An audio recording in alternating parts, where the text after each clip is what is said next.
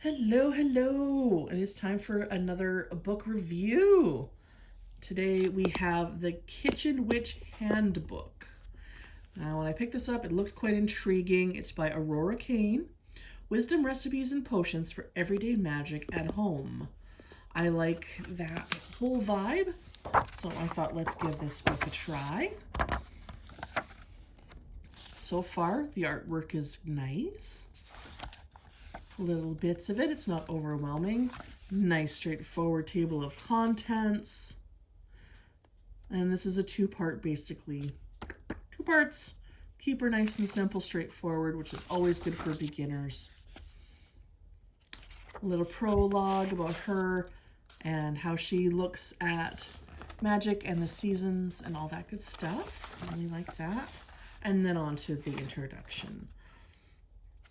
To be a kitchen witch is to see magic and possibility in all nature offers. Absolutely. Okay. And then I like that she's got different page styles. She really mixed up the mediums, so you get something interesting in every page flip. Something different to see, something else to catch your attention. I found this book very engaging, actually. It is very enjoyable to read. The paper quality is actually really nice too. If you're a paper quality girly and you're worried about, flimsy paper, this is not flimsy paper. This is really nice. And she goes into all kinds of details for food is magic, kitchen tools. She has a nice little list of tools. This is all of our basics that most of us have easy access to or already have at home. So you're not really having to go out and get more stuff to do kitchen witchery from this book. Making food more magical. Color in food. She's got all of the color in here. I like that. A little bit of environmental goodies in here. Energy checking, ground and center before you cook. Yes, yes. Absolutely. Kitchen witch in her domain, right? How to set up a little kitchen altar, I think, is really cute. If you have a kitchen big enough, or you want to set up a little spot in your cupboard even. And it's all stuff that you would want at hand for the most part. And I like that she's got like a nice little list here of goodies. Make your own little kitchen altar, because if you are a kitchen witch, why not have your altar in your kitchen? Even if it's in a little hutch, like why not? And then she has the goddesses of kitchen witches and what they do, and they are plentiful. And I like that she's got a nice, decent blurb, and it's focused on the kitchen witchery, not their entire story. So it's nice and to the point. Nice little historical bit about the English alewife. Brewing magic. So she touches on tea a little bit as well. Just little bits. Primer for reading tea leaves. She has some symbolisms and things like that for reading tea. And I could absolutely see any kitchen witch sitting at her table with a cup of tea and a friend and, guiding them through their week. Kitchen Witches and the Moons. Beautiful artwork there. Very well done. Very nice. Nice and to the point too. No wishy-washy about the moon phases. And then she's got nice information about which foods to eat in the moon phases too. So that you can kind of stay in line if you want to with the moon phases and how you eat. Right? Such as for the new moon, we want to have things like turmeric and asparagus. We want to try herbs for inspiration and motivation, such as lemon verbena. I like that. You want to give yourself a little energy boost just by cooking a nice meal for your magic. Like, this is a great book for that. Magic in the garden. So she's got a bunch of gardening in here. Good things to plant. And what they do helps with the flu, different things. And then she also has in here a few notes where it's like, this is not edible. So even if you grow it and it's for the smell only, she puts that in there and is very clear it is not edible.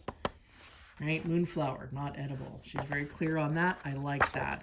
Because you need to have that clarity when you get all excited about how much you can plant. And a tea garden, I like this page. I'm into tea lately, so having a little tea garden, what's good to plant is really cute. And edible flowers. And then we have the whole wheel of the year. So she's got recipes. I'm just going to flip through this quickly for each season. So we got Samhain and apples, and all of this is divided up by season and the Sabbats and Esbats. Okay, so it's all organized in here. Winter, summer, spring, fall. Okay, and some really nice recipes in each one. And beautiful art throughout this book. And then the back here, oh, I think I got a little far ahead of myself. I wanted to show you seasonal recipes and spells for magical living. So she's got lots and lots of simple food spells. You know, you're having, you know, a spring celebration, so you've got a nice soup. You can do a dessert to go with it. This is, of course, summer. She's got so much per season. It's amazing how much she put into this book. Like, there's just, it just keeps going and going and going. Right? I love it. We're already at page 190, and we're just still going. All of these vinegar to make, like, oh yeah. Okay, so once we get through all of the recipes, soothing lavender white chocolate shortbread. Does that sound amazing? And then we have our epilogue and acknowledgements, and then all of her references where she got everything from, and a very nice complete index. So she's got everything indexed back here very nicely. So when you want to find just one specific herb or one specific thing, very nice and easy to find. This book was published in 2023, and I love that it's just for John.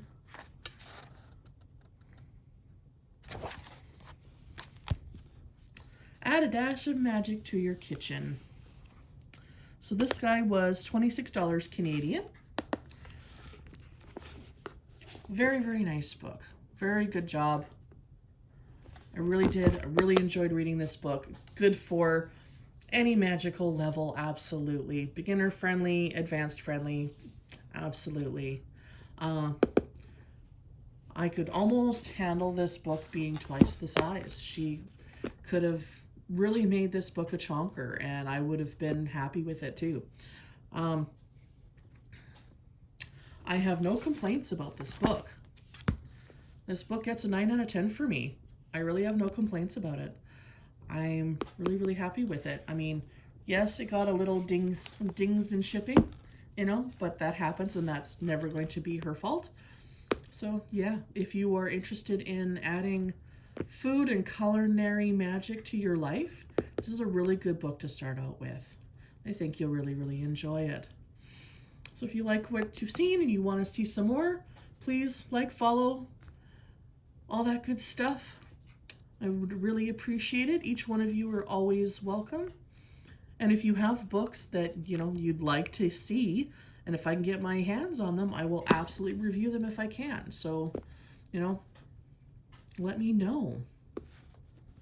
And may your spirit be led by starlight. May your path be lit by joy. And I hope you guys have a wonderful day in the kitchen. You have a good day. Bye-bye.